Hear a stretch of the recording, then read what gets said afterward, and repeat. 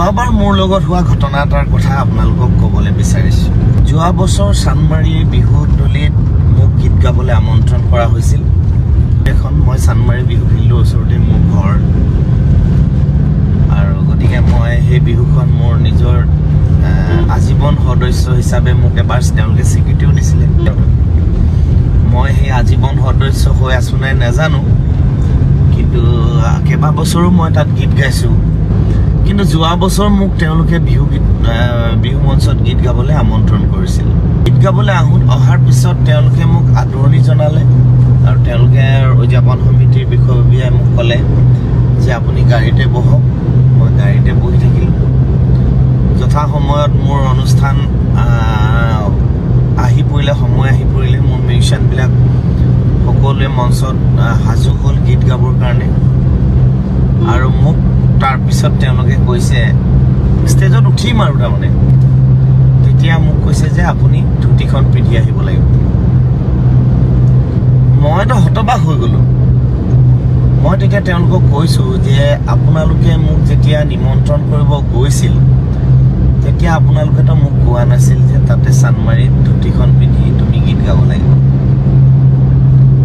আৰু ষ্টেজত গৈ পোৱাৰ আগত প্ৰায় এঘণ্টামানৰ আগত মই গৈ পালোঁ। যিসকলে মোক আদৰণি জনালে, মই গাড়ীৰ পৰা নামিলোঁ, কথা পাতিলোঁ। তেতিয়াও মোৰ ড্ৰেছটো তেওঁলোকে দেখিছে। মই অমাৰ্জিত ড্ৰেছো পিন্ধি যোৱা নাই, মাৰ্জিত একদম ধুনীয়া এটা মই ট্ৰেডিশ্যনেল ওপৰত এটা কুৰ্তা পিন্ধি গৈছোঁ, চোলা এটা, তলত এটা ফৰ্মেল পেণ্ট। তাৰপিছত তেওঁলোকেও মোক আদৰণি জনালে আৰু বহিবলৈ ক'লে গাড়ীতে।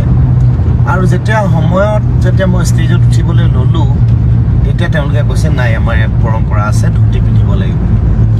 মোৰতো বহুত জোৰ খং উঠি গ'ল। মই কৈছোঁ যে মই গান নাগাওঁ, মই ঘৰলৈ গুচি যাওঁ। তেনেকৈ আমাৰ থয়া নথয়া লাগি প্ৰায় 1 ঘণ্টামান থাকিলোঁ। তেতিয়া মই কেইজনমান তেওঁলোকৰ বিষয়ববীয়াই বৰ ডাঙৰ কথা কৈ আহিছিলে যে ধুতি পিন্ধি আমি ইয়াত পৰম্পৰা ৰক্ষা কৰিছোঁ। তেতিয়া মই ক'লোঁ যে দাদা, মোক আপোনালোকে পৰম্পৰা শিকাব নালাগে, মোক ধুতি পিন্ধাবলৈও আপোনালোকে শিকাব নালাগে। মই অসমীয়া জাতীয় সাজপাৰ মই ঘৰৰ পৰাই মই শিকি আহিছোঁ। যিহেতু মই গাঁৱত জন্মগ্ৰহণ কৰা এটা ল'ৰা, মোৰ নামঘৰ, মোৰ গাঁওখনেই মোক সেইবিলাক শিকাইছে। গতিকে আপোনালোকৰ পৰা লেচন লোৱাৰ মোৰ প্ৰয়োজন নাই। কিন্তু আপোনালোকে যদি মোক বিহু মঞ্চলৈ মাতিবলৈ যাওঁতে যদি ক'লেহেঁতেন যে তুমি ধুতিখন পিন্ধি যাবা, বিহু মঞ্চত আহি পোৱাৰ পিছতো যদি ক'লেহেঁতেন যে তুমি ধুতিখন পিন্ধি আহাগৈ, নিশ্চয় মই ঘৰত গৈ পিন্ধি আহিব পাৰিলোঁহেঁতেন। কাৰণ মোৰ ঘৰটো বেছি দূৰ নহয়। মোৰ মই নিজৰ ষ্টাইলত নিজৰ ধুনীয়া জাতীয় সাজপাৰ ধুতিখন পিন্ধি মই তেওঁলোকৰ নিমন্ত্ৰণ ৰক্ষা কৰিলোঁহেঁতেন।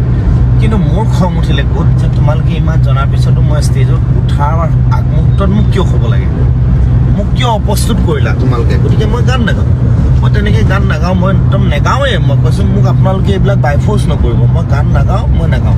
বলেণ্ডাক ক'লোঁ দাদা চাওক, আপুনি মোক জানে ভালকৈ মই কেনেকুৱা এটা ল'ৰা, মই কেনেকুৱা এখন ঘৰৰ পৰা আহিছোঁ। গতিকে জাতীয় সাজপাৰ, বিহু, নামঘৰ এইবিলাক মোক শিকাব নালাগে নহয়। তেতিয়া বলেণ্ডাই মোক একদম হাতযোৰ কৰি মোক ক'লে। মোৰ তেতিয়া খুব বেয়া লাগিলে, কাৰণ বলেণ্ডাৰ নিচিনা এজন ছিনিয়ৰ মানুহে যেতিয়া হাতযোৰ কৰি মোক ক'লে, কৃষ্ণমণি বহুত ভুল হৈ গ'ল আৰু এইবিলাক তেওঁলোকৰ বহুত ভুল আছে।